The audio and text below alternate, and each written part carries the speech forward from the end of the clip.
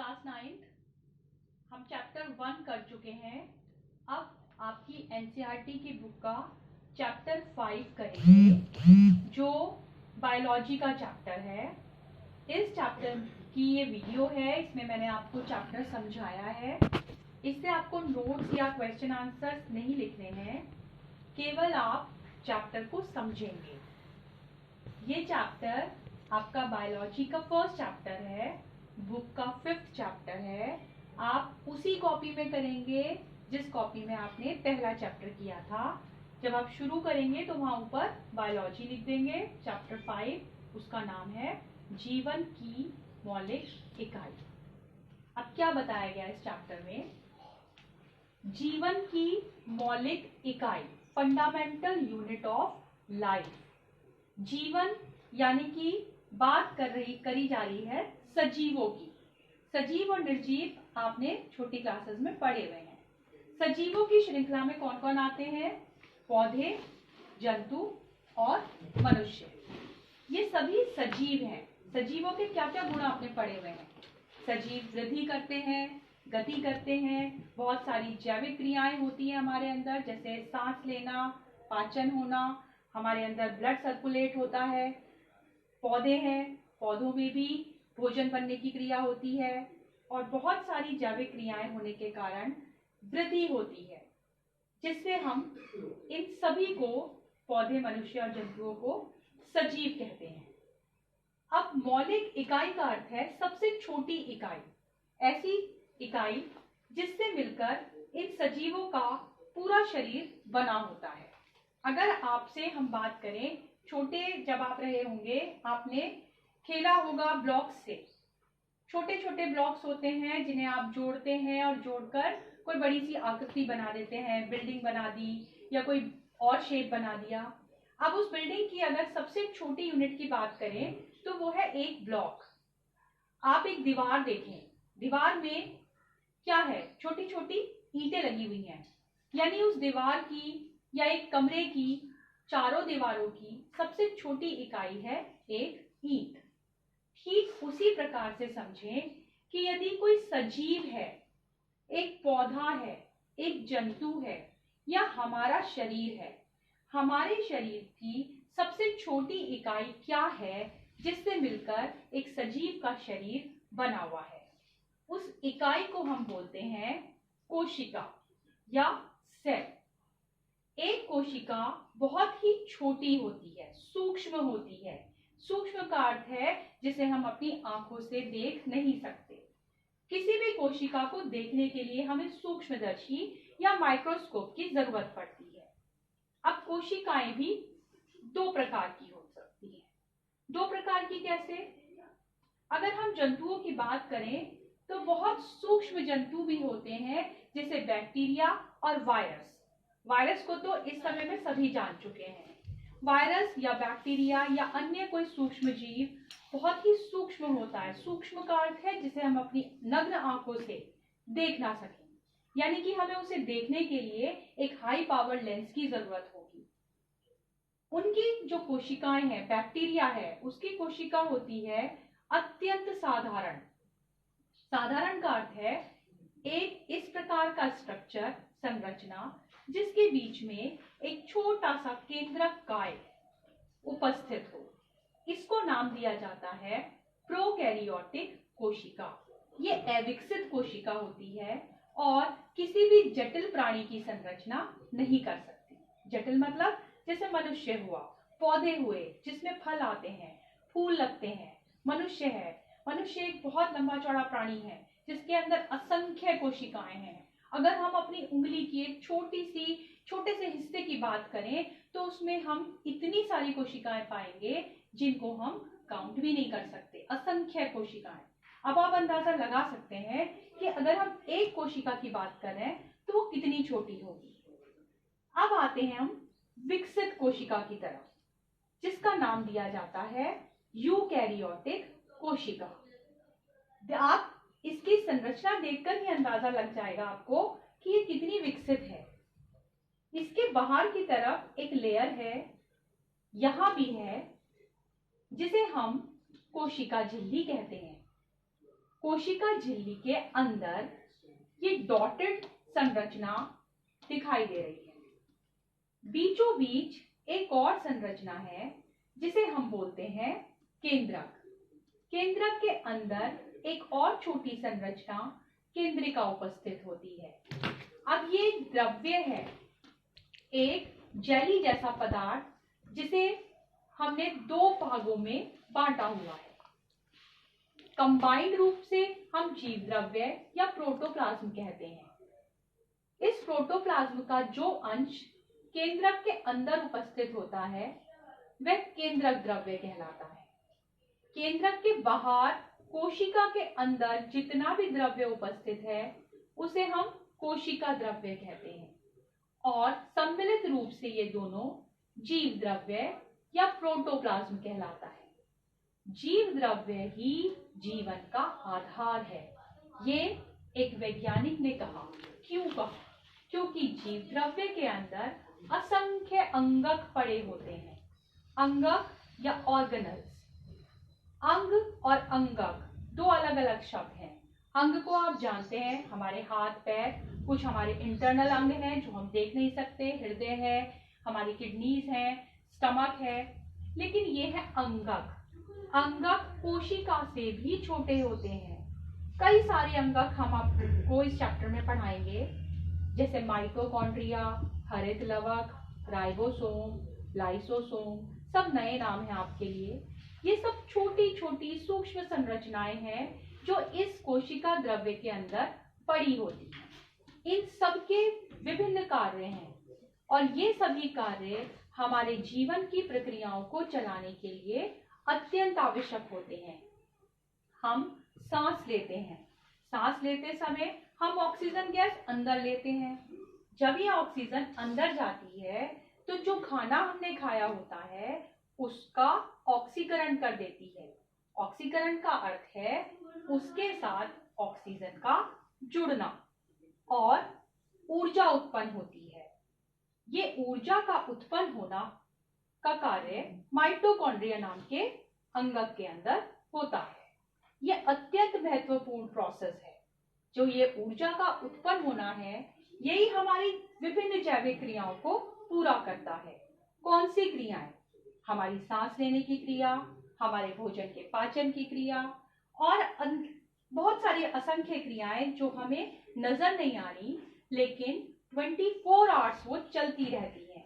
लगातार हमारा mind work करता है, हमारा ब्लड सर्कुलेट करता है, और ऐसी असंख्य क्रियाएं जो इन सब अंगकों के द्वारा विभिन्न फंक्शंस, विभिन्न कार्यों के पूरा होने के द्वारा होती हैं।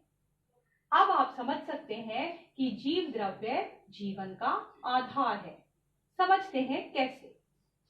कोशिका द्रव्य प्लस केंद्रक द्रव्य, यानी कि दो प्रकार के द्रव्य हमारी इस कोशिका के अंदर उपस्थित होते हैं। कोशिका के अंदर बहुत सारे अंगक हैं। केंद्रक द्रव्य के अंदर केंद्रक है, केंद्रिका है और क्रोमोसोम्स हैं। क्रोमोसोम या गुणसूत्र ये आनुवांशिक पदार्थ होता है जो एक पीढ़ी से दूसरी पीढ़ी में पहुंचता है। इसके अंदर बहुत सारे गुण निहित होते हैं, जैसे लंबाई का गुण, स्किन के कलर का गुण, बोलने चालने का गुण, बालों का रंग, आंखों का रंग। इस प्रकार के गुण इन गुणसूत्रों के माध्यम से एक पीढ़ी से यानी कि माता पिता से उसकी संतान में पहुंचते हैं। इस पूरे चैप्टर में आप दो प्रकार की कोशिकाओं के बारे में और जानेंगे। ये तो प्रोकैरियोटिक और यूकैरियोटिक हुई, यानी कि सूक्ष्म जीवों में पाई जाने वाली अत्यंत साधारण, और यूकैरियोटिक जटिल जीवों में उपस्थित जटिल कोशिका। इसके अतिरिक्त अगर हम पौधे और जंतु को अलग अलग कैटेगराइज करें तो पौधों में पाई जाने वाली कोशिका कहलाती है पादप कोशिका, और जंतुओं में पाई जाने वाली कहलाती है जंतु कोशिका। पौधों में पाए जाने वाली जो कोशिका है उसे कहते हैं पादप कोशिका, पादप कोशिका या प्लांट सेल।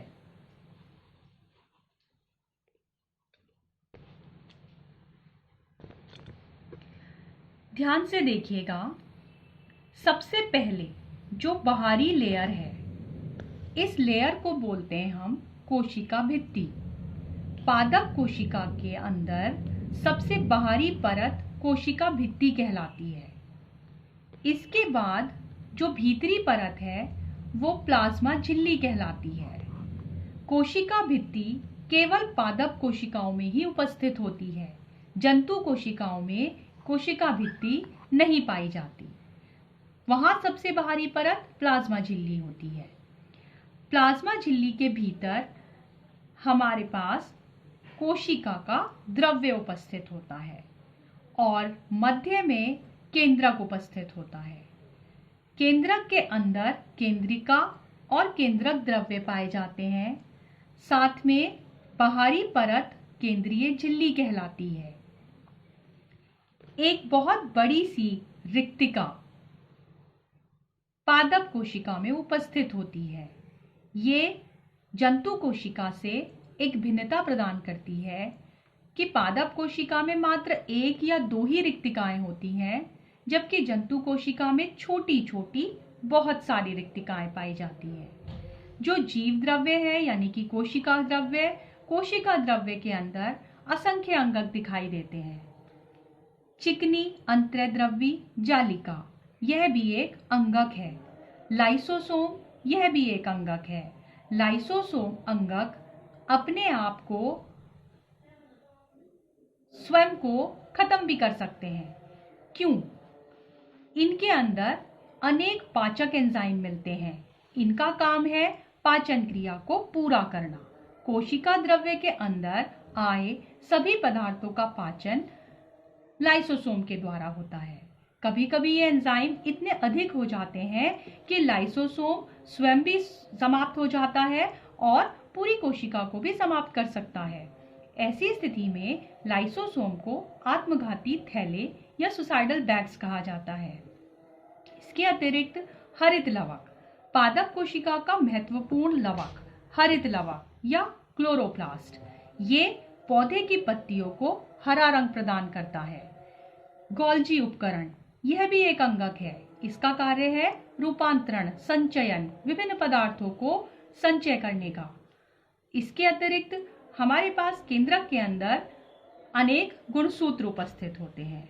ये पादप कोशिका का स्ट्रक्चर है। इसको एक बार फिर से ध्यान से देखिएगा। जो जंतु कोशिका को से इसको अलग करता है, कोशिका भित्ति, बाहरी परत, हरित लवक, ये दोनों की उपस्थिति और बड़ी सी रिक्तिका की उपस्थिति पादप कोशिका को जंतु कोशिका से भिन्नता प्रदान करती है। ये चित्र है जंतु कोशिका का। पादप कोशिका में सबसे बाहर कोशिका भित्ति उपस्थित होती है। ये जंतु कोशिका है, इसमें कोई कोशिका भित्ति उपस्थित नहीं है। सबसे बाहरी लेयर है प्लाज्मा झिल्ली। प्लाज्मा झिल्ली की एक विशेषता होती है कि यह कुछ पदार्थों को अपने अंदर से आर पार जाने देती है। इसी कारण से प्लाज्मा झिल्ली को वर्णात्मक पारगम्य झिल्ली कहा जाता है। वर्णात्मक पारगम्य झिल्ली, जिसका अर्थ है कि कुछ सूक्ष्म कण इस प्लाज्मा झिल्ली के अंदर या अंदर से बाहर की ओर आ जा सकते हैं। जैसे जल के अणु, अगर आप किशमिश को पानी में डाल दें, कुछ समय बाद आप देखेंगे कि वह फूल जाती है। जल के अणु बाहर से किशमिश की प्लाज्मा झिल्ली के अंदर पहुंच जाते हैं। यह क्रिया परासरण कहलाती है। जंतु कोशिका में मध्य में केंद्रक उपस्थित होता है। केंद्रक के अंदर असंख्य धागे जैसी संरचनाएं, गुणसूत्र उपस्थित होती हैं। मध्य में एक छोटी सी केंद्रिका होती है। केंद्रक के चारों ओर एक झिल्ली होती है जिसे हम केंद्रक झिल्ली कहते हैं या केंद्रक आवरण कहते हैं। ये सभी संरचनाएं मिलकर एक मध्य वाली संरचना केंद्रक को बनाती है। जीव द्रव्य यानी कि बाहर का कोशिका द्रव्य और केंद्रक के मध्य का केंद्रक द्रव्य, ये मिलकर इस कोशिका को जीवित संरचना प्रदान करते हैं। बाहर कोशिका द्रव्य में ठीक पादप कोशिका के समान अनेक अंगक दिखाई देते हैं। ये देखिए, यह है माइटोकॉन्ड्रिया, एक मुख्य अंगक जिसमें भोजन के ऑक्सीकरण के बाद ऊर्जा उत्पन्न होती है। यह ऊर्जा एटीपी के सिक्कों के रूप में उपस्थित होती है। लाइसोसोम, ये लाइसोसोम आपने पादप कोशिका में भी देखे थे। ये वही लाइसोसोम हैं जिन्हें हम आत्मघाती थैले भी कहते हैं। इसके अतिरिक्त गोल्जी उपकरण, राइबोसोम और अनेक छोटे छोटे अंगक उपस्थित होते हैं। और इस प्रकार ये जंतु कोशिका और पादप कोशिका, दो प्रकार की कोशिकाएं आप पढ़ते हैं इस चैप्टर में। और इनके बीच अंतर के लिए दो प्रकार के क्वेश्चंस आते हैं।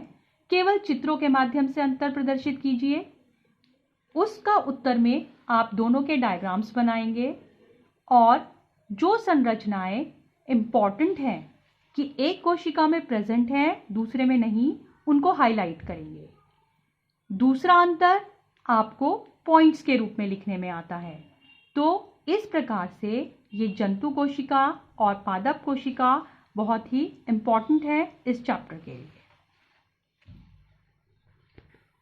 इस वीडियो के बाद आपको इस चैप्टर के नोट्स भेजे जाएंगे। वीडियो देखकर आपको ये पूरा चैप्टर अच्छे से समझना है और इसके बाद इस चैप्टर के नोट्स और क्वेश्चन आंसर्स आपको उसी कॉपी में करने हैं जहां आपने चैप्टर 1 लिखा था। मैं उम्मीद करूंगी कि आप ये सारा काम जल्द से जल्द पूरा कर लेंगे ताकि आपका काम पेंडिंग ना हो। इस समय को यूटिलाइज करें, वेस्ट ना करें और घर पर रहें, स्वस्थ रहें।